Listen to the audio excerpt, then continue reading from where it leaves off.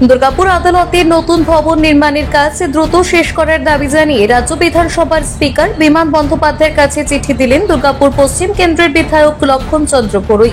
বিধায়কের দাবি, আদালত ভবনটি দীর্ঘ সংস্কারের অভাবে জরাজীর্ণ অবস্থা, যে কোনো সময় ঘটে যেতে পারে বড় সড় দুর্ঘটনা। তাই আইনজীবী থেকে বিচার প্রার্থী সকলেরই বাড়ছে আতঙ্ক। লক্ষণবাবুর অভিযোগ, নতুন আদালতের নির্মাণ কাজ এগোচ্ছেই না। এই অভিযোগ তুলে বিধানসভার অধ্যক্ষের কাছে চিঠি লিখলেন বিজেপি বিধায়ক। দ্রুত নতুন আদালত ভবন নির্মাণের কাজ শেষ না হলে আন্দোলনেরও হুঁশিয়ারি দেন বিধায়ক। তবে বিধায়কের ভূমিকায় খুশি আইনজীবীরা। এই ঘটনা কটাক্ষ করা হয়েছে তৃণমূলের পক্ষ থেকে। বিজেপির তো শুধু বিক্ষোভ করাই কাজ বলে লক্ষণবাবুর পাল্টা সমালোচনা করেন জেলা তৃণমূলের সহ সভাপতি উত্তম মুখোপাধ্যায়। প্রায় 50 বছরের পুরনো দুর্গাপুর মহকুমা আদালত ভবনের চাঙর ভেঙে ভেঙে পড়ছে, ঘুরে বেড়াচ্ছে গরু ছাগল। বিগত বছরগুলিতে বেশ কয়েকবার আদালত ভবনের চাঙর মানুষজনের মাথায় ভেঙে পড়া ঘটনাও ঘটেছে। সেসব সমস্যা দূর করতে 7 বছর আগে শুরু হয় নতুন মডেলের আদালত ভবন নির্মাণের কাজ। রাজ্য সরকারের আইন এবং বিচার বিভাগীয় দপ্তরের অর্থানুকূলে 29 কোটি টাকা ব্যয় করেই কাজ শুরু হয় পূর্ত দপ্তরের তত্ত্বাবধানে। তবে 7 বছর পরেও কাজ শেষ না হওয়ায় পুরনো আদালত ভবনেই আতঙ্কের মধ্যে দিন কাটাতে হচ্ছে বিচারক, আইনজীবী, বিচার প্রার্থীদের। কবে নতুন আদালত ভবনের কাজকর্ম শেষ হবে প্রশ্ন তুলে বিধানসভার অধ্যক্ষকে লিখিত অভিযোগ জানালেন দুর্গাপুর পশ্চিমের বিজেপি বিধায়ক লক্ষণ চন্দ্র বড়ুই। তিনি অধ্যক্ষকে দেওয়া পত্রের মাধ্যমে বলেন, দুর্গাপুর মহকুমা আদালতের সম্পূর্ণ ভবনটি ক্ষতিগ্রস্ত। আদালতের শৌচালয়, পানীয় জল, বসার জায়গা, পার্কিং এর সমস্যা রয়েছে। নতুন আদালত ভবনের কাজ চলছে দীর্ঘদিন ধরে। কবে কাজ শেষ হবে তা এখনো স্পষ্ট নয়। এ বিষয়ে পশ্চিমবঙ্গ সরকারের সদুত্তর নেই।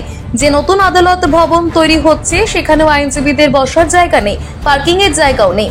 আইনজীবীদের বুদ্ধিজীবী বলা হয়, কিন্তু দুর্গাপুর মহকুমা আদালতের আইনজীবীরা দীর্ঘদিন ধরেই এই সমস্যার সম্মুখীন হচ্ছেন। দ্রুত এই সমস্যাগুলি সমাধানের আবেদন করছি। বিজেপি বিধায়ক সাংবাদিকদের মুখোমুখি হয়ে এই বিষয়ে এক গুচ্ছ কথা বলেন। এই পশ্চিম বর্ধমান জেলায় দুটি কোর্ট আছে, একটা আসানসোল কোর্ট এবং দুর্গাপুর কোর্ট।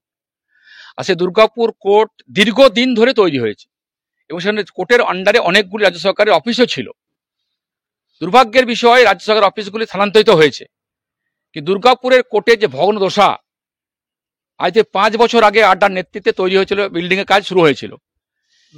তো নতুন বিল্ডিং এর কাজ আন্ডার কনস্ট্রাকশন চলছে, এখনো কমপ্লিট নয়। কিন্তু কেন হচ্ছে না?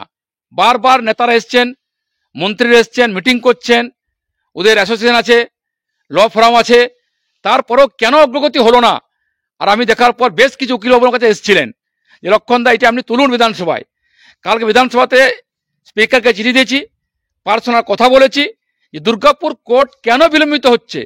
যে কোনো মুহূর্তে কোর্টের বিল্ডিং ভেঙে পড়তে পারে। সেখানকার বিভিন্ন অফিস স্থানান্তরিত হয়েছে, কেন ওখানে কোর্ট স্থানান্তরিত হচ্ছে না? আমি জবাব চাইছি, কেন হচ্ছে না আমি জানতে চাইছি। কি দুর্ভাগ্যের বিষয়, স্পিকার বলেছে আমি দেখছি কি কাছে না আছে। আমি মলয়বাবুকে বলবো, আমি প্রদীপবাবুকে বলবো, আমি নয়ন চক্রবর্তীকে বলবো, তারা এসে বড় কথাবার্তা বলেন, কেন আমরা উদ্যোগ হচ্ছেন না। আমি চিঠি দিয়েছি, এখানে সহযোগিতা করুন, এগিয়ে আসুন। রাজ্য সরকার আছেন, কেন কোর্টটা বিলম্বিত হচ্ছে? যে কোনো মুহূর্তে কোর্টের বিল্ডিং ভেঙে পড়তে পারে, মানুষ পরিষেবা নেই। বহু পুরনো কোর্ট যে কোনো মুহূর্তে ভেঙে পড়তে পারে। বসার ব্যবস্থা নেই, গাড়ি পার্কিং নেই, বাথরুম নেই, মানুষ পরিষেবা পাচ্ছে না। আর সবথেকে বিষয়, যে কোনো মুহূর্তে ভেঙে পড়লে পরে তার ক্ষতিপূরণ কে দেবে? এই জীবন নিয়ে ছেলেমেলে খেলা হচ্ছে। এই সরকার উদাসীন, এই সরকার কোনো কিছু চিন্তা করেন না। তাই আমি মুখ্যমন্ত্রী, স্পিকার এবং চিঠি করেছি, জানতে চেয়েছি ইমিডিয়েট এই কোর্টকে শান্ত করা হোক, নাহলে কিন্তু আমি ওই কোর্টে গিয়ে ধর্নায় বসতে বাধ্য হবো, দৃষ্টি করতে বাধ্য হবো। মুখ্যমন্ত্রী বলেন আমার স্বপ্নের শহর দুর্গাপুর, আমি দুর্গাপুরকে ভালোবাসি। কিসের ভালোবাসা? মুসলমানের মুরগি পোষা? কেন দেখছেন না? এখানে 10 দিন থাকছেন, 15 দিন থাকছেন হোটেলে, পরে জানতে পারেন না? আমার নেতারা বলেন না, ল ফর্মে বলেন না, কেন করছেন না? তাই আমি বারবার আকর্ষণ করেছি, চিঠি দিয়েছি, ইমিডিয়েট দুর্গাপুর কোর্টকে স্থানান্তরিত করা হোক, বিল্ডিং কাজ সমাপ্ত করা হোক। যদি না হয় তাহলে আমি উকিলের স্বার্থে, মানুষের স্বার্থে, জনপ্রতিনিধি হিসাবে মানুষ ভোট নির্বাচিত করেছেন, আমি ওই কোর্টে দিয়ে ধর্নায় বসতে বাধ্য হবো। তখন মুখ্যমন্ত্রী দেখবেন কি করছেন না করছেন। বিল্ডিংয়ে পড়ে আছে, কন্ট্রাক্টর পয়সা পাচ্ছি না, টাকা চলে আসছে, তা অনুদান খাটানো হচ্ছে। তাই কন্ট্রাক্টর তিনি লেট করছেন। হয়তো বেড়ে অনেক জায়গায় টাকা চলে এসছে, টাকা পয়সা পাননি, ডিমান্ড বাড়ছে, রডের দাম বেড়েছে, সিমেন্টের দাম বেড়েছে, হয়তো কন্ট্রাক্টর বলছেন টাকা বাড়ান, টাকা দিচ্ছেন না। আপনি এগুলো জানতে চেয়েছেন? আমি জানতে চাইছি যে কেন কোর্টের কাজ বিলম্বিত হচ্ছে, কেন কোর্ট শান্ত হচ্ছে না? যে কোনো মুহূর্তে ভেঙে পড়লে এ ক্ষতিপূরণ কে দেবে? মানুষের জীবন নিয়ে ছেলেখেলা করবেন না। উকিলবাবুরা অক্লান্ত পরিশ্রম করে মানুষের পরিষেবা দিচ্ছে। মাস দেখবো ব্যবস্থা যদি গ্রহণ না হয়, যদি প্রচেষ্টা না হয়, কাজ শুরু না হয়, আশ্বস্ত না হয়, আমি কোর্টে দাঁড়িয়ে মানুষকে সাথে নিয়ে, উকিলবাবুর সাথে নিয়ে অনশনে বসতে বাধ্য হব। আমাদের এই যে নতুন আদালত যেটা হচ্ছে সেটা কিন্তু আমাদের এই মুহূর্তে সব থেকে বড় একটা আদালত হচ্ছে, যেটা আমাদের পশ্চিমবাংলার কারণে ইন্ডিয়াতে নেই প্রায়। এই আদালতটা করার জন্য নানান সময় একটু সময় লাগছে, কিন্তু আদালতটা খুবই সুন্দরভাবে হচ্ছে এবং সেই জন্য পশ্চিমবঙ্গ সরকার এটাতে যেভাবে গুরুত্ব দিয়ে করেছেন তাতে আমরা এই মুহূর্তে দেখছি যে হয়ে যাওয়ার কথা আছে। তবে এই মুহূর্তে কবে শেষ হবে সেটা আমরা এখন কেউ জানি না। তো আমাদের লক্ষণ করে যদি এটা বলে থাকেন, খুব ঠিক কথাই বলেছেন যে আমাদের তাড়াতাড়ি করে এটা দরকার, কারণ এই যে বিল্ডিংটা, যে বিল্ডিংয়ে আমাদের কাজ হচ্ছে সেই বিল্ডিংটা কোর্ট চালানোর পক্ষে অনুপযুক্ত, সেটা আমরা দীর্ঘদিন থেকে বলে আসছি। এত মানুষ, এত ভিড়, প্লাস এটা এত পুরনো দশা হয়ে গেছে যেটাতে বিভিন্ন জায়গায় ভেঙে পড়ছে। তো আমরা চাইছি যত তাড়াতাড়ি সম্ভব ওই নতুন কোর্ট বিল্ডিংটা হয়ে গেলে ওই বিল্ডিংয়ে আমরা যেতে পারি এবং আমাদের একটা বসার ভালো সবার জায়গা হয়, লয়ারদের একটা সেরেস্তা প্লাস বারের একটা অফিস, এগুলো সব পেলে আমরা সবাই সুন্দরভাবে কাজ করতে পারবো। কারণ আইন প্রফেশনটা এমন একটা প্রফেশন যে প্রফেশনটা একটা পরিবেশ খুব দরকার, খুব আগে দরকার পরিবেশটা যদি ঠিকঠাক থাকে, সব কিছু ঠিক হয়। নতুন বিল্ডিং যেটা তৈরি হচ্ছে সেটা কিন্তু খুব আদর্শ একটা বিল্ডিং তৈরি হচ্ছে। সেই বিল্ডিংটা আমরা চাইছি যত তাড়াতাড়ি সম্ভব তৈরি হওয়া যায় এবং ওটাতে আমরা কাজ করতে শুরু করতে পারি। সরকার ব্যবস্থা নিচ্ছে না বলে আজকে 90%-এর ওপর কাজ হয়ে গেছে, তাহলে ব্যবস্থা কী করে নিচ্ছে না? তাদের কিন্তু কথা মানায় না। আরও এস্টিমেট বেড়েছে, তার জন্য কিছু কাজকর্ম করতে হবে। সেই কাজকর্ম করার জন্য একটা ফাইন্যান্সিয়াল কংক্রিটের জন্য ওইখানে আছে, সেটা স্যাংশন হয়ে চলে আসবে। মার্চে ইয়ার এন্ডিংয়ে উনি এইসব কথা কেন বলছেন?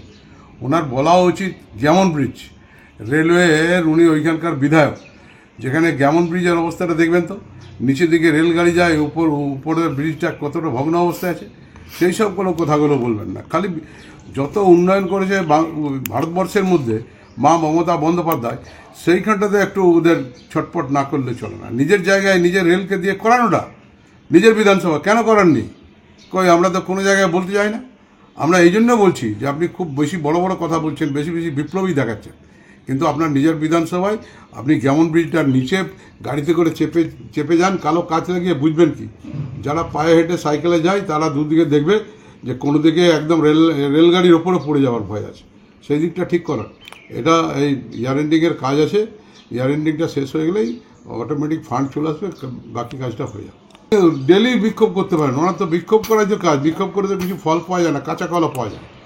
বিক্ষোভ করুন যে দুর্গাপুর ইস্পাত কারখানায় টাকা দিল না, বার্নপুর ইস্পাত কারখানায় টাকা পেলে সেই বিক্ষোভটা করুন না।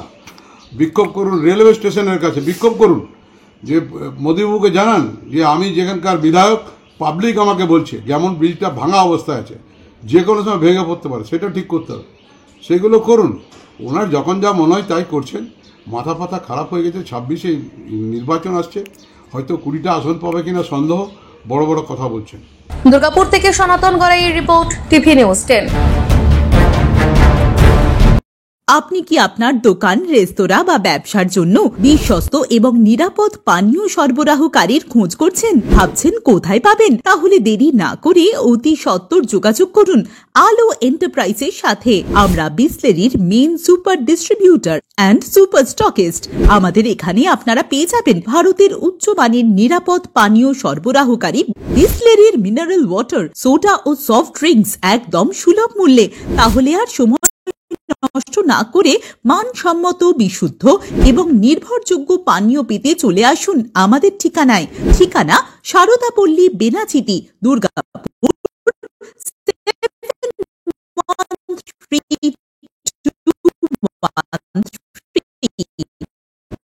বিশদে জানতে কল করুন 9064157482 অথবা 9064457040 এই নম্বরে। সুলভে সঠিক চিকিৎসার একমাত্র প্রতিষ্ঠান বিবেকানন্দ হসপিটাল। 24 ঘন্টা emergency service, blood bank, trauma care. আপনাদের সেবায় আমরা তৎপর। গুণমান ও পরিষেবায় দুর্গাপুর বিধাননগরের ডক্টর জাকির হোসেন এভিনিউর বিবেকানন্দ হসপিটাল শিল্পাঞ্চলের মানুষের মন জয় করেছে।